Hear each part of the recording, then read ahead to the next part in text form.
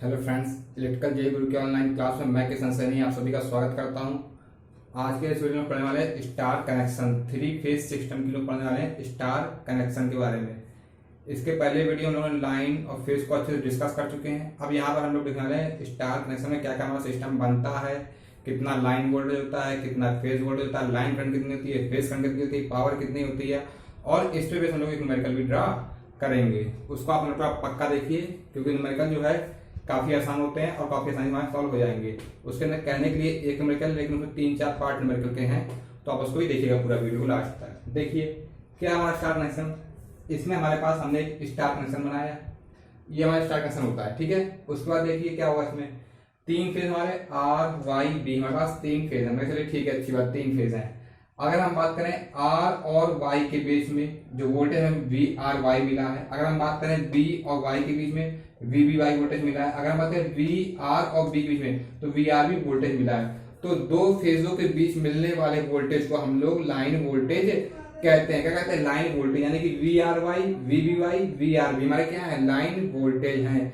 एक बात और, स्टार कनेक्शन में करंट जो है सेम रहती है तीनों फेजों में, और जो लाइन करंट का मान है वो फेज करंट के बराबर होता है। लाइन करंट हमारी बराबर होती है फेज करंट के, यानी कि स्टार कनेक्शन का सबसे पहली बात हमारी आएगी आई एल बराबर I P H, line current हमारे फेज करंट के।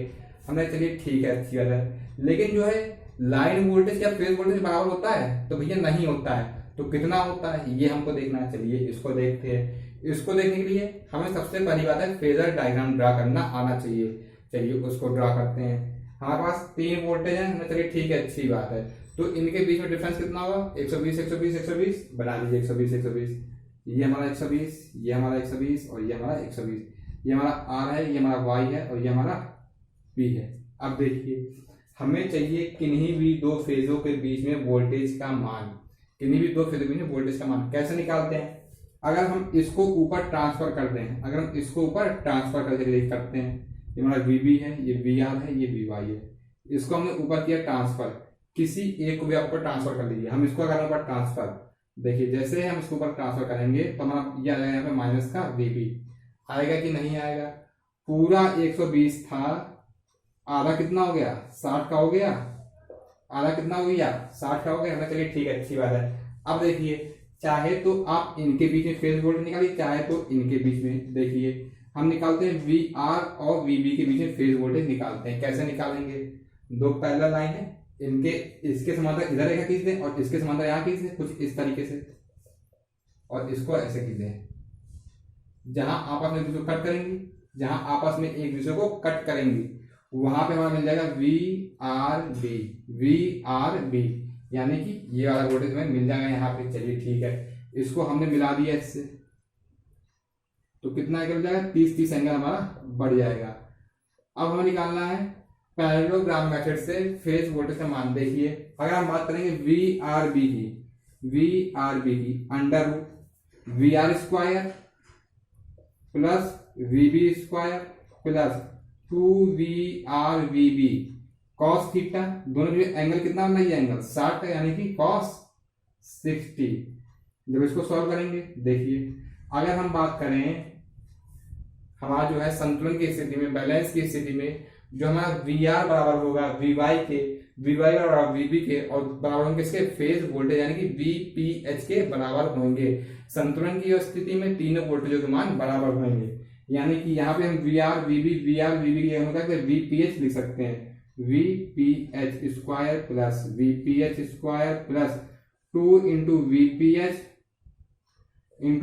एच इंटू कॉस 60 मान 1/2। इससे ये हमारा कैंसिल, ये वी आर बी हमारा आ जाएगा 1 1 2 और 1 3 under root 3 V P H square. आया कि नहीं आया? अब देखिए आगे बढ़े, वी आर बी बराबर under root 3 into V P H. तो वी आर बी मतलब दो फेजों के बीच के वोल्टेज को ही तो हम लोग लाइन वोल्टेज बोलते हैं, यानी कि वी एल बराबर under root 3 V P H. अच्छा, तो इसका मतलब ये आया कि जो लाइन वोल्टेज होता है वो फेज वोल्टेज का अंडर रूट 3 गुना होता है। कई बार आपने पढ़ा भी होगा। तो याद रहेंगे वी एल बराबर under root 3 V P H. लेकिन जो है लाइन करंट फेज करंट के बराबर होती है। ये दो निष्कर्ष हमारे पास निकल के आए।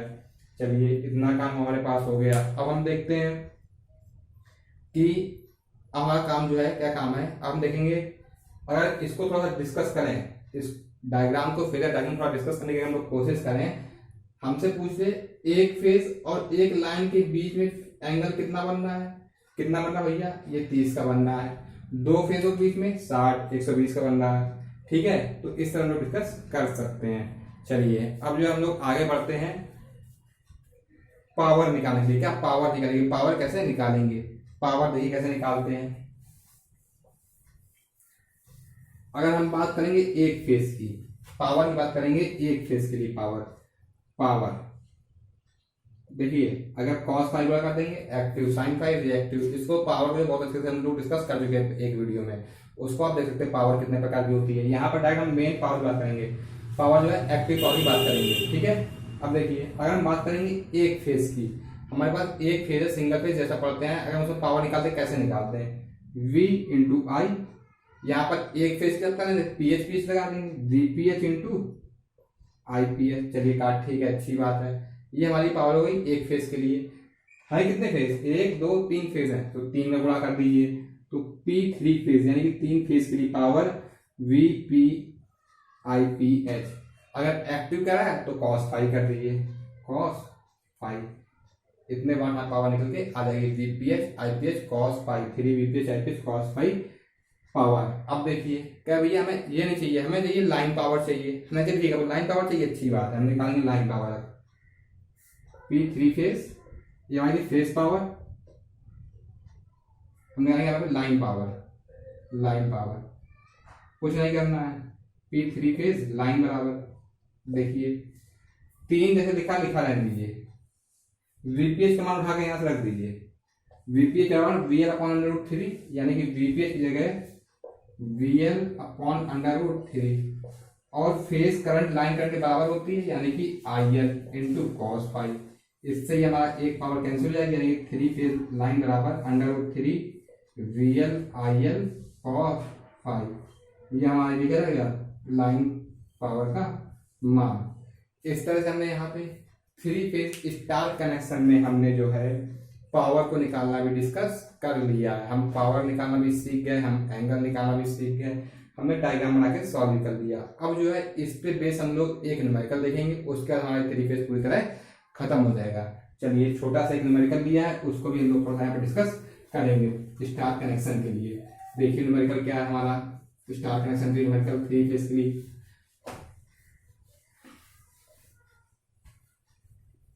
न्यूमेरिकल ऊपर देखते हैं छोटा सा, यहाँ पे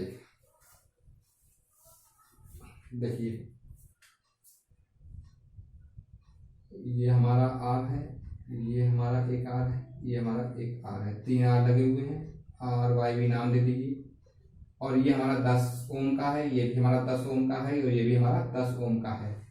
कह रहा है कि दो लाइनों के बीच में वोल्टेज जो है 400 वोल्ट है। कितना है, 400 वोल्ट है।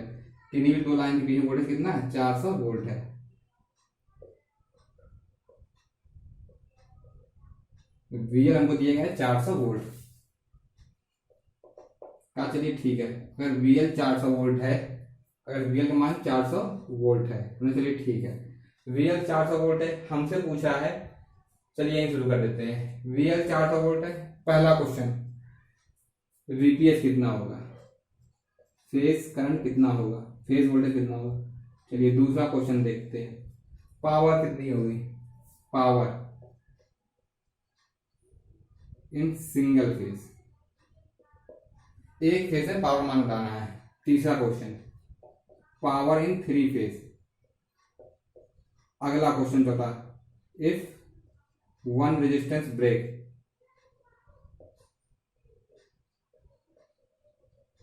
Then power equal to question mark. देखिए एक छोटा सा क्वेश्चन लिया हमने ऐसे नॉर्मली, उसमें पूछा है, हमने 4 क्वेश्चन ले लिए। पहला बात, हमको लाइन वोल्टेज दिया है और जो प्रतिरोधक मान दिए, हमसे पूछा है फेज वोल्टेज कितना होगा, पावर सिंगल फेज में कितनी होगी, 3 फेज में पावर कितनी होगी। अगर हमारा कोई इनमें से एक रेजिस्टेंस जो है टूट जाए या एक ब्रांच अलग हो जाए तो पावर मान कितना होगा। ये सब बातें हमको यहाँ पे डिस्कस करनी है इस सवाल में। देखिए कैसे करेंगे, भैया लाइन करंट कितना है 400 वोल्ट का, चलिए ठीक है। तो फेस करंट कितना होगा, अभी भी हम पढ़ के आए हैं, वीपीएच बराबर VL upon under root 3। VL का मान कितना है 400 बटे अंडर रूट 3। इसको सॉल्व करेंगे 230 वोल्ट मिलेगा, 230 वोल्ट मिलेगा। ये क्या है हमारा आंसर हो जाएगा। चलिए पहला क्वेश्चन हमने कर लिया। दूसरा क्वेश्चन देखते हैं।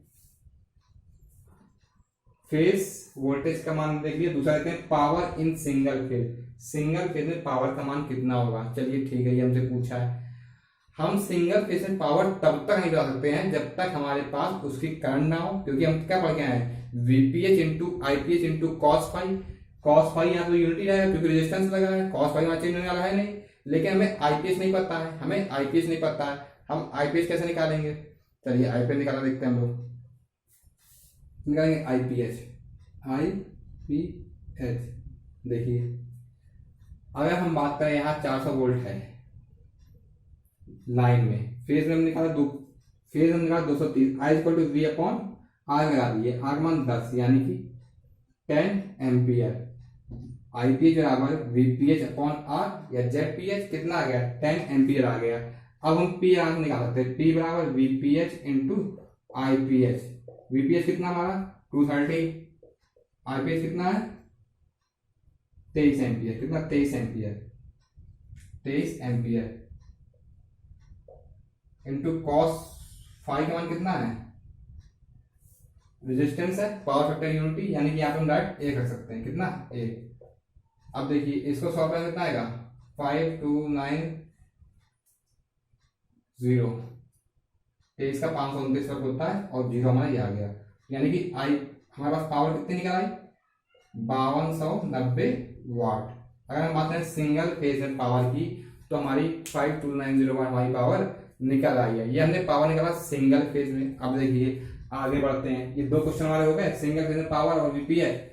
अब हम देखते हैं 3 फेज में पावर कितनी होगी। 3 फेज में पावर कितनी होगी भैया, एक में हमें मालूम चल गई, 3 फेज पूछ रहा है, एक में हमारा 5290, 3 में पूछ रहा है, 3 में गुणा कर देंगे, गुणा कर दिए 3 0 0 34 27, 3 6 और 6 2 8 5 15 15,870 वाट हमारी पावर निकल के आएगी। किसमें 3 फेज में पावर, 3 फेज में पावर। इस तरह हमने 3 फेज में पावर की वैल्यू निकाल ली। अब जो हम लोग आगे बढ़ते हैं, अगला question, if one resistance break then power. अगर हमारे पास एक रेजिस्टेंस टूट जाए, कहने का मतलब है इनमें से कोई सी हमारी एक ब्रांच क्या हो टूट जाए। जब हमारे पास एक ब्रांच टूट जाएगी, अब देखिए कैसे निकालेंगे। अब तो भैया क्या बस ऐसे करंट आई मान लीजिए और यहाँ पे चली जाएगी ऐसे पूरी, तो इनके बीच में वोल्टेज कितना मिल रहा है 400। वोल्टेज कितना मिल रहा है 400 और रजिस्ट्रिंग का 10 ये सीरीज में, 10 ये हमारे पास सीरीज में है क्योंकि तो टूटी गई। अब क्या दिक्कत है, पी बराबर V square upon R, P बराबर वी स्क्वायर अपॉन आर सब लोग पढ़ के आए होंगे। वी स्क्वायर मान कितना हमारे पास 400 इंटू 400, आर का मान कितना है 20, इससे ये कैंसिल, ये 8000 वाट, 8000 वाट। पी बराबर कितना है 8000 वाट। अगर हमारे पास एक टूट जाए तो पावर कितनी आएगी 8000 वाट। क्वेश्चन नंबर 4 का आंसर। देखिए कुछ लोग डायरेक्ट भी कहते हैं कि भैया अगर ये टूट गया तो जो 3 फेज पावर मिलती है जस्ट उसकी हाफ पावर मिलती है हमको, जस्ट उसकी हाफ पावर मिलती है। आप देखेंगे यहाँ लगभग 16 के बराबर था, लगभग 8 आंसर आ हमारा, तो ये बात बिल्कुल सही है। इस तरह हमने 3 फेज एसी सिस्टम में जो है पूरी तरह कंप्लीट कर लिया है स्टार कनेक्शन को। अब जो हम लोग डेल्टा कनेक्शन पढ़ेंगे और उसके बाद ब्रेंडे थ्योरम या हम लोग क्या पढ़ेंगे पावर को नापना, 2 watt meter method, 3 watt meter method, ये सब हम डिस्कस करेंगे। चलिए धन्यवाद।